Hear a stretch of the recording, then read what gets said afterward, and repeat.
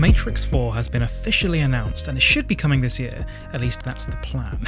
The Matrix 4 is continuing a franchise that is already absolutely iconic within the sci-fi genre. However, there are a few films that arguably inspired the Matrix movies, whether that's through certain themes, visual styles, storylines, characters, or just simply being bold enough to propose a crazy new premise, like The Matrix did. So here's my little selection of 7 movies that inspired The Matrix.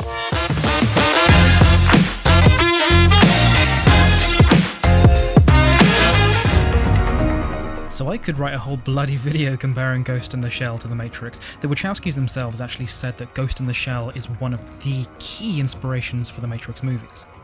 Ghost in the Shell is a 1995 anime cyberpunk film directed by Mamoru Oshii, based on the manga of the same name.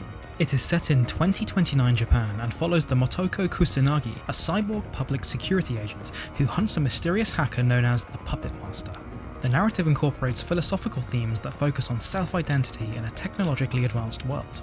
So does any of that sound familiar? Does any of that sound just like The Matrix? Well, there we go, that's a huge comparison straight away. The concept that every computer has a soul, or ghost, as it's called in Ghost in the Shell, is the kind of central theme really of the whole film. It makes you ask, okay, are machines human in any way? That's one of the things that the central character has to deal with, because she is part cyborg, part human, part robot, she has that kind of battle going on in her psyche throughout the whole film. In Ghost in the Shell, there are these head plugs that some people plug into the back of their head and it kind of sends them into the computer world of the city.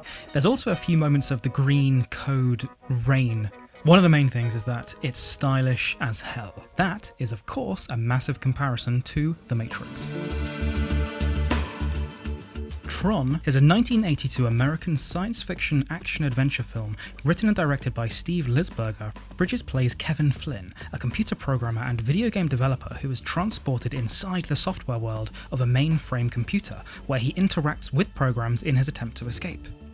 A very strong comparison between the two comes from the fact that in Tron, just like The Matrix, computer actions in the computer world have real-world consequences. Remember that scene in The Matrix when Morpheus says that the body cannot live without the mind? Because Neo taps his lip and he's got blood on his lip after getting beat up. It basically says that if you die in The Matrix, you die in the real world. Tron did the exact same thing. Another element is the use of hacking.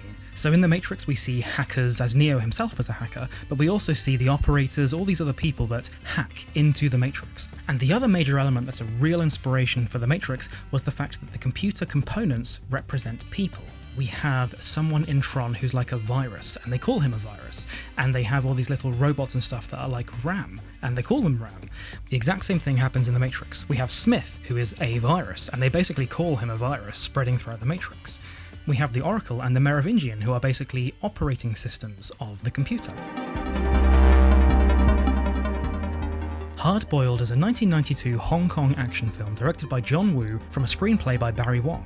The film stars Chow Yun-fat as Inspector Tequila, who is trying to take down a criminal empire. I would say one of the most upfront things that this inspired The Matrix to do was the incredible shootouts. We have these amazing scenes where Tequila, the main character, takes basically a few guns into a restaurant and absolutely destroys the place. Specifically, my mind goes to the shootout in the lobby of the office building in The Matrix, where Trinity and Neo turn up with like 1,000 guns and absolutely destroy all the pillars, dust, concrete flying everywhere, they flip off the walls. You can trace that visual style back down to Hard Boiled. There are some amazing scenes in Hard Boiled where Tequila will jump through a window, smashing it, throw a grenade, explosion, jumps on top of a tray, flies down the stairs, all while going in slow motion and firing 2 guns at the same time. The slow-mo almost implies that something important is about to happen. And of course, similar things happen in The Matrix. We see slow-mo when the heroes do something that defies the laws of physics. Something that makes it a little bit silly and hard-boiled, but it kind of makes sense in The Matrix, is the godlike invincibility in shootouts. Now in Hard-Boiled, you got to kind of stretch your mind a little bit because, there is no magic in Hard-Boiled, it's set in the real world, whereas in The Matrix, the whole point is that the red pills are kind of like, these magic, weird people that can float off walls and basically not die. Akira is a 1988 Japanese animated post-apocalyptic cyberpunk action film directed by Katsuhiro Otomo, based on Otomo's 1982 manga of the same name. The film had a production budget of about $5.5 million, making it the most expensive anime film at the time.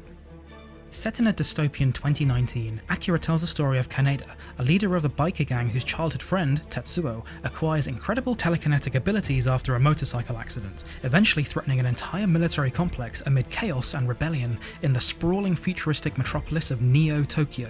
This is most definitely an apocalyptic dystopian future film, just like The Matrix. So whilst Akira was not the first film to do that apocalyptic style, it's certainly comparable to The Matrix with its focus on technology in an apocalyptic world. A key comparison between Akira and The Matrix is the fact that the baddies, or goodies depending on how you look at it, create a power that is so powerful it can potentially destroy those who made it and the world around it. That's exactly like Smith. So we see in The Matrix, Oracle creates the Smith virus, and it grows and grows and grows until it potentially risks destroying the entire Matrix, and therefore the world. There's also an element of looking back on past mistakes in Akira, so one of the villains has to kind of ask himself, okay, have we gone too far? Which is of course a central theme of the Matrix franchise. The entire franchise of the Matrix is based on the idea of humans getting too powerful and too lazy at the same time and just relying on AI too much. That's what leads to the human versus machine war in the Matrix storyline. Spoiler alert, but at the end, a nuclear bomb somehow is detonated by these strange little creatures, and it looks like a big bang occurs and creates a new universe. There's some kind of very vague, ambiguous dialogue between the heroes who are left standing, and it makes you ask yourself, what do I think happened? And that's what happens at the end of The Matrix.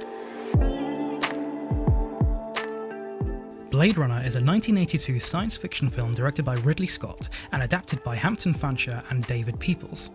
The film is set in a dystopian future Los Angeles of 2019, in which synthetic humans, known as replicants, are bioengineered by the powerful Tyrell Corporation to work at space colonies. When a fugitive group of advanced replicants led by Roy Batty escapes back to Earth, burnt-out cop Rick Deckard reluctantly agrees to hunt them down. Hailed for its production design, depicting a decaying future, Blade Runner is a leading example of neo-noir cinema. The most obvious theme that inspired The Matrix here is robots versus humans. What does it mean to be a human in a world of robots? What does it mean to be a robot in a world of humans? This is something that is central to Blade Runner. At the end of Blade Runner, it becomes very ambiguous whether the lead character, Deckard, is in fact a robot.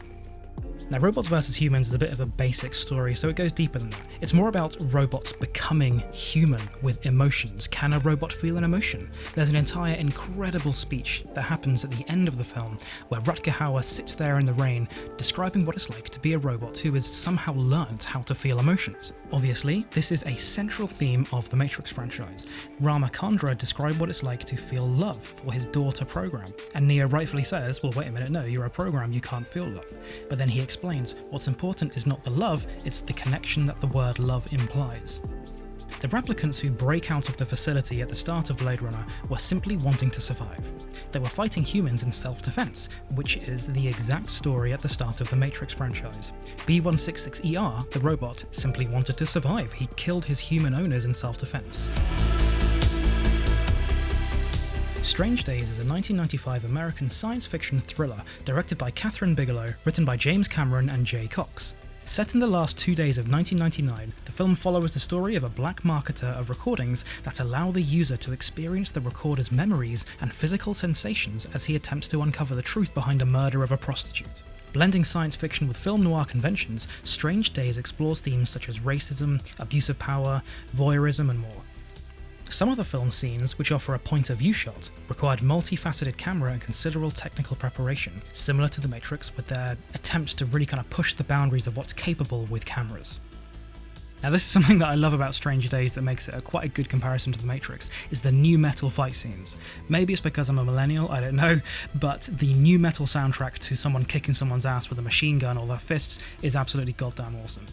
The topic of fear of technology at the turn of the millennium plays a central point here. Strange Days was released only a few years before The Matrix, but it still focuses on this strange fear that people had around the turn of the millennium that computers would somehow fight back. It was called the Y2K panic, and it was basically a theory that when computer clocks took over from the end of December to the 1st of January 2000, they would somehow break and go against their masters. Obviously that's insane, but still it was this kind of strange panic that was happening in the world at the time, and that led to films like Strange Days and The Matrix. The woman in the red dress, remember that? What Mouse talks about in The Matrix? That's a construct that he created where you can experience what it's like to be with the woman in the red dress. That is very similar to what happens in Strange Days with their horrible pre-death emotional kind of roller coaster trips that you can put your brain on. Metropolis is a 1927 German expressionist science fiction film drama directed by Fritz Lang. The silent film is regarded as a pioneering science fiction movie, being among the first feature-length movies of the genre. Made in Germany during the Weimar period, Metropolis is set in a futuristic urban dystopia and follows the attempts of Freda, the wealthy son of a city master, and Maria, the saintly figure to the workers, to overcome the vast gulf separating the classes in their city and bring the workers together. The film's message is encompassed in the final intertitle: the mediator between the head and the hands must be the heart. Interestingly, it doesn't just do science fiction for the sake of it. It combines science fiction with a very kind of serious theme, and that is slavery and oppression and classes. It does this by saying, who are the machines? Who are the robots? Who are the people? Who are the humans? This notion is echoed in The Matrix, when Neo realizes that human beings are being used as live batteries for machine intelligence. Thank you for watching that, everybody. If it was a help to you and you really liked learning about the Matrix lore, then please subscribe to Jam Punch and I'll be releasing a brand new Matrix Explained video every single week. My name is George, this is Jam Punch, and I'll see you next time.